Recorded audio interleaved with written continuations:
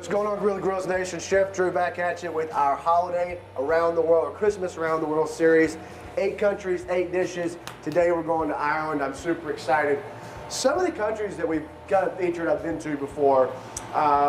This one I have been to and spent a significant amount of time, and I absolutely loved it. It's really cool there. No language barrier, which is kind of cool. Sometimes you're on the road for an extended period of time. Really nice and easy. But also just the hospitality, the people, the culture. I've never felt more welcome in my entire life. Of course, if we're doing Ireland, we have Guinness. I've never had so much Guinness in my entire life. I did Guinness and Jameson the exact same day. Ended up with a huge tattoo right here. Go figure. So anyway, let's jump into this. We're gonna be doing Irish spice beef today. Not too far off from a corned beef. Kind of resembles a roast beef. It's a very, very big deal around the holidays. It's served cold. I'm gonna take you through this process start to finish, okay? Got our raw, it's going to be used bottom round, our raw bottom round right here. Any roast will do, but if you can get bottom round, top round is fine, London broil is fine, but we're trying to keep this authentic, so bottom round, okay? This is about a 3.5 to 4 pounder, okay? So we're going to start with this. In here we have our rub, guys. I went ahead and made it. The recipe is always up there for you under holiday spice beef, Irish spice beef, all right? We have some brown sugar in here, a couple of cups, 2 cups. We have 1 cup of kosher salt. We have some dried thyme. We have some ground allspice. We have some ground peppercorn. We have some cloves, and we have some cinnamon. Now you'll notice there's a difference on your recipe, okay? And that is some of the spices that the recipe calls for is hard to find.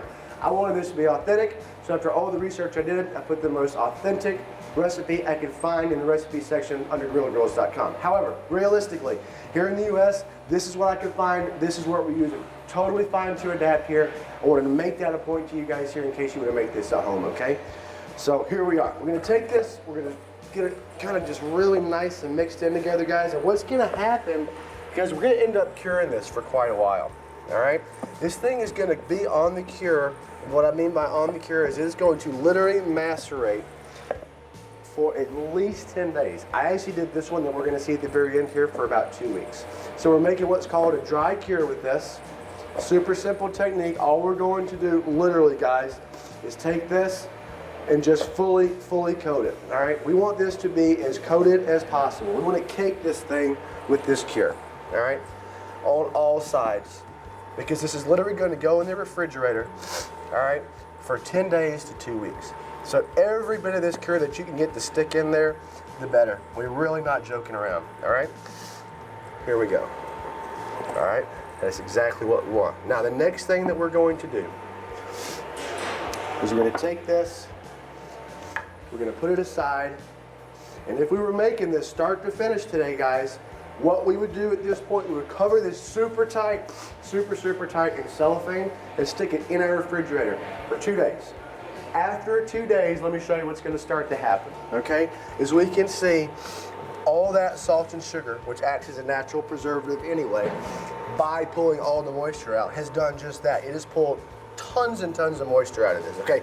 Granted, this has been going for about 2 weeks now, but that's what it's going to start to do, all right? So every other day, after the first 2 days, just let it sit.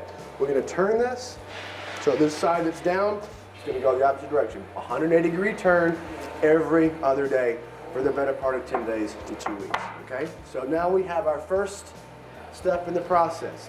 This is us after the second part of the process, 10 days to 14 days. If you have to go longer, it's not going to hurt anything, okay? This meat is essentially coming out cured, all right? The next thing that we're going to do, guys, the very next thing that we're going to do is we're going to have a pot of boiling water right here, all right?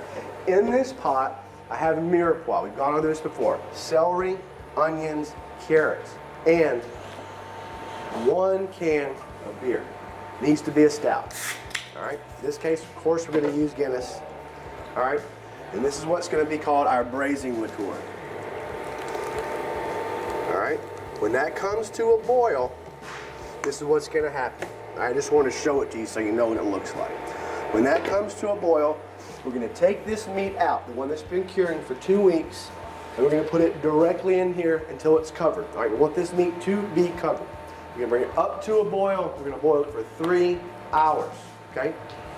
We're going to reduce it down to a simmer, let it go for another hour. We're going to pull it out, we're going to let it come to room temperature, we're going to put it back in our refrigerator overnight so it becomes nice and cold because this is served cold.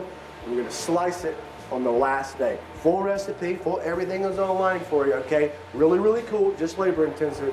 And what you're going to end up with is this bad boy here, okay? Super cool. Cut a little bit of this fat up. I don't trim the fat. I think it lends a lot of flavor to it while it cooks. We can trim it right now, okay? Here we go. Let's cut into it. This is still cold. This was pulled out yesterday, okay? We're just gonna slice into it. And we're essentially, look at that. We have some cured Irish spiced beef. You can smell it. You can smell, this is what's called head spice, guys. Allspice, cloves, cinnamon, all that head spice. And it's super, super Christmassy, okay? It really, really is. Super tender as this warms up, believe it or not. Super, super tender. Let's do one more piece here.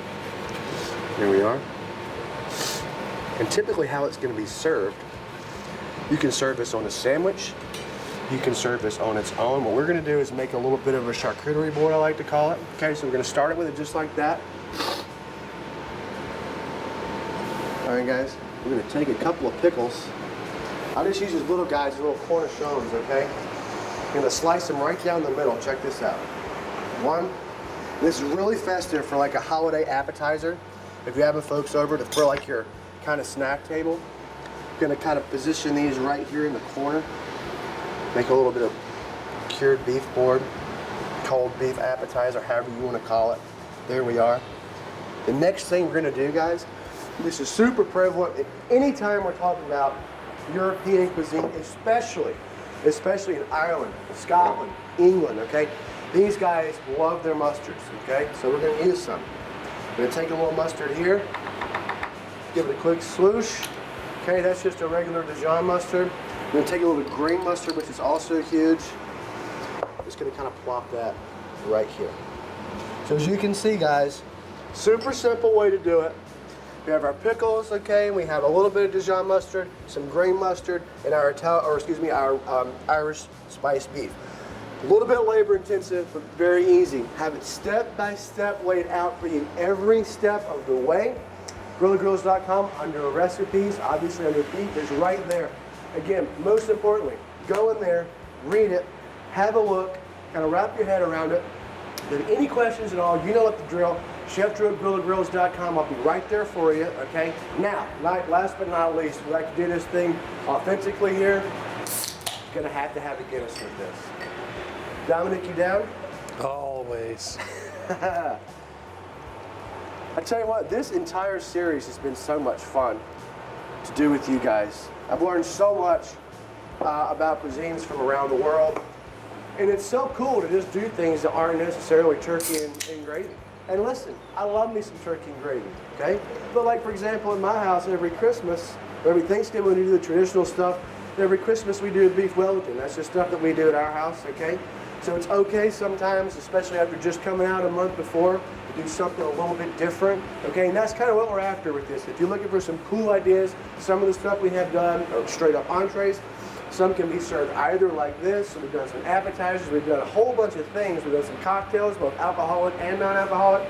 I think it's super, super cool. We're just giving some ideas out there, see what the rest of the world is doing around the holidays. I'm a huge holiday nerd, so this is kind of awesome for me. So, with Dominic, I'm going to have to cheers to everybody out there with a nice pint of Guinness. Guys, Merry Christmas, Happy Holidays, in whichever way you celebrate, I should say. We love you guys. Cheers. Own the smoke, and we will see you guys next time on our Christmas Around the World series. Goodbye, everybody.